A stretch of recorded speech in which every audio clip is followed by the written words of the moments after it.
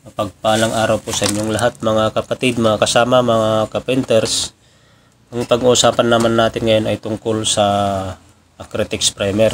Kasi sa mga vlog ko, hindi ko lahat na ipapaliwanag. Sa mga nagtatanong kasi kung para saan ba ang Acrytex primer.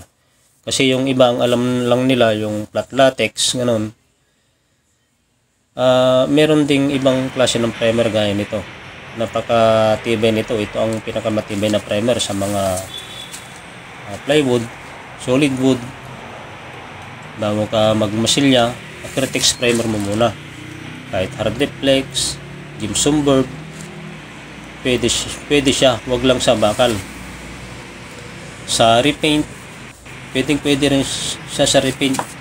Sa mga kumakatas na kisame, pwede rin siya, pero may mga pagkakataon na kahit i-primer mo, lumalabas pa rin yung katas ng plywood o katas ng kisame pagka nag-Acrytex primer ka at ang ipapatong mo ay latex. Pero Acrytex primer ay pwede sa mga duko. Bago ka magduko o magpintura ng mga cabinet, Acrytex primer mo muna bago ka magmasilya. Yan ang papel ng Acrytex primer, kaya tinawag siya na primer. Yun ang unang-unang ipapahin mo. Huwag nyong mamajikin ang trabaho. Kailangan mag-primer at mag-primer kayo. May mga masilya din na pwede ring rekta. Saka yung mga masilya na mga lacquer type, pwedeng rekta yun. Pero ang advisable talaga ay primer. Number 1 ang primer. Para sa mga gustong pulido ang trabaho, na gustong tatagal ang mga ginawa niyang trabaho. Ang primer ay isa sa pinaka number 1 na pangunahing gagamitin bago kayo magmasilya. Halimbawa na primeran, pwede mong patungan ng wall putty, masonry putty, pwede mo rin patungan ng lacquer putty. Huwag lang skim coat.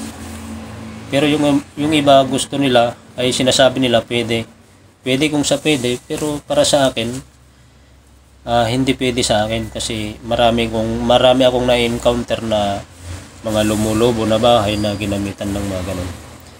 Ang skim coat lang ay para sa harap. Yan ang timplada ko sa Acrytex primer. 2 litro lang ang tinimpla ko dito.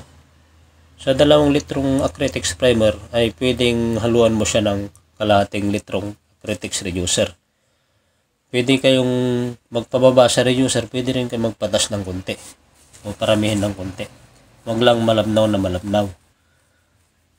Pero sa akin yan ang timplada ko. Tapos gagamitan ko ng roller.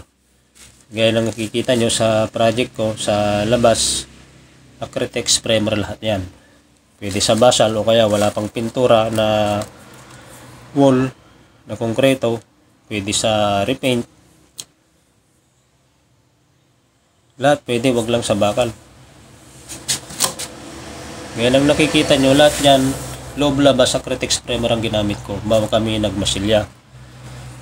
Ang Acrytex primer ay pwedeng patungan ng iba't ibang klase ng masilya. Acrytex cast, pwedeng Acrytex cast. Yan ang sinabi ko, masonry putty, wall putty. Lahat pwede. Pero sa labas ng bahay, number 1 talaga, wag nyong kalilimutan ang Acrytex primer. Sa loob, pwedeng latex. Flat latex, pwede. Pero mas mainam, mas maganda kung Acrytex lahat, kung may budget. Thank you for watching po mga kasama, mga sumusuporta sa aking channel.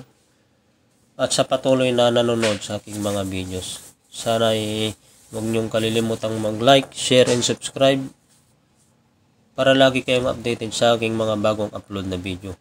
Maraming salamat po. Mag-ingat po tayong lahat, lalong-lalo na sa mga kasamaan ko na nasa matataas na partes ng kanyang trabaho.